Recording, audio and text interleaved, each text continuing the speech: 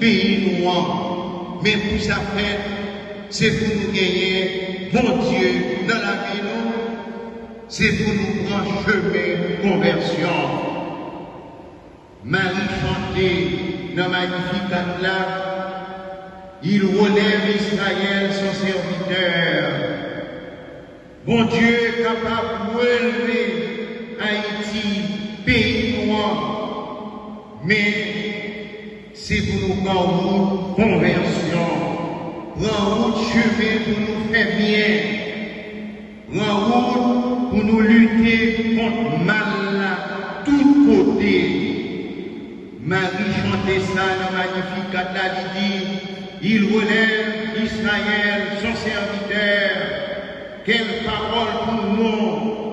Nous pouvons aujourd'hui transformer cette parole en prière.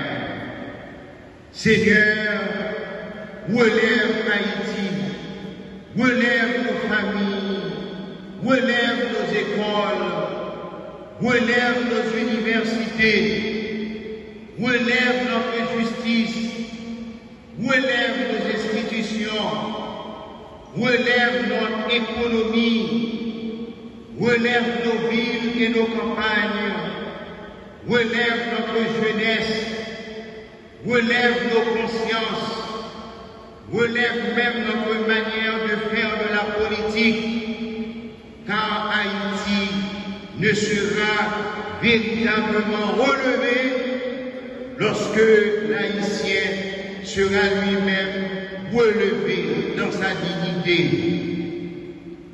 Frères et sœurs, si Haïti doit se relever, elle aura besoin de la solidarité internationale. Certes, nous sommes reconnaissants pour toute aide authentique et respectueuse de notre dignité. Mais personne ne reconstruira Haïti à notre place.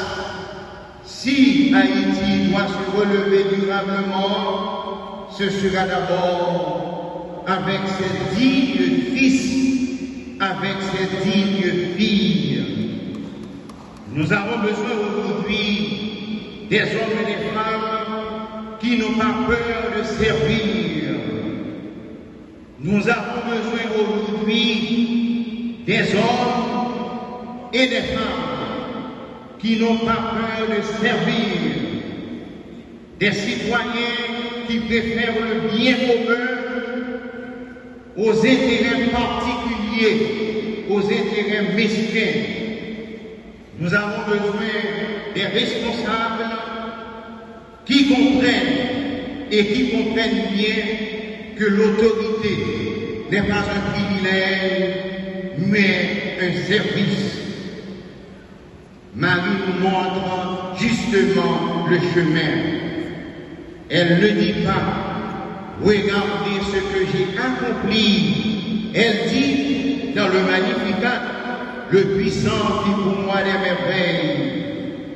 Marie ne s'attribue pas la gloire. Elle reconnaît que tout vient de Dieu.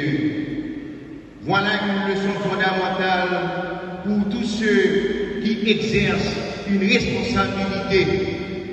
Lui, Dieu vous élève, vous devez servir. Lui, vous êtes placé haut. Lui, vous devez regarder vers ceux qui sont en bas, vers les petits, vers les humbles, car dans le Magnificat proclamé dans cette célébration, Dieu regarde les humbles, il regarde les affamés, il regarde les petits. L'Assomption de Marie, frères et sœurs, nous invite à regarder vers le ciel, mais sans fuir notre réalité, sans fuir la terre. Parce que nous croyons au ciel, nous devons travailler pour que la terre soit plus habitable. Parce que nous croyons à la vie éternelle, nous devons défendre toute vie humaine. Parce que nous contemplons aujourd'hui Marie élevée dans la gloire du ciel, nous devons tendre la main à ceux qui sont tombés. Voilà notre mission.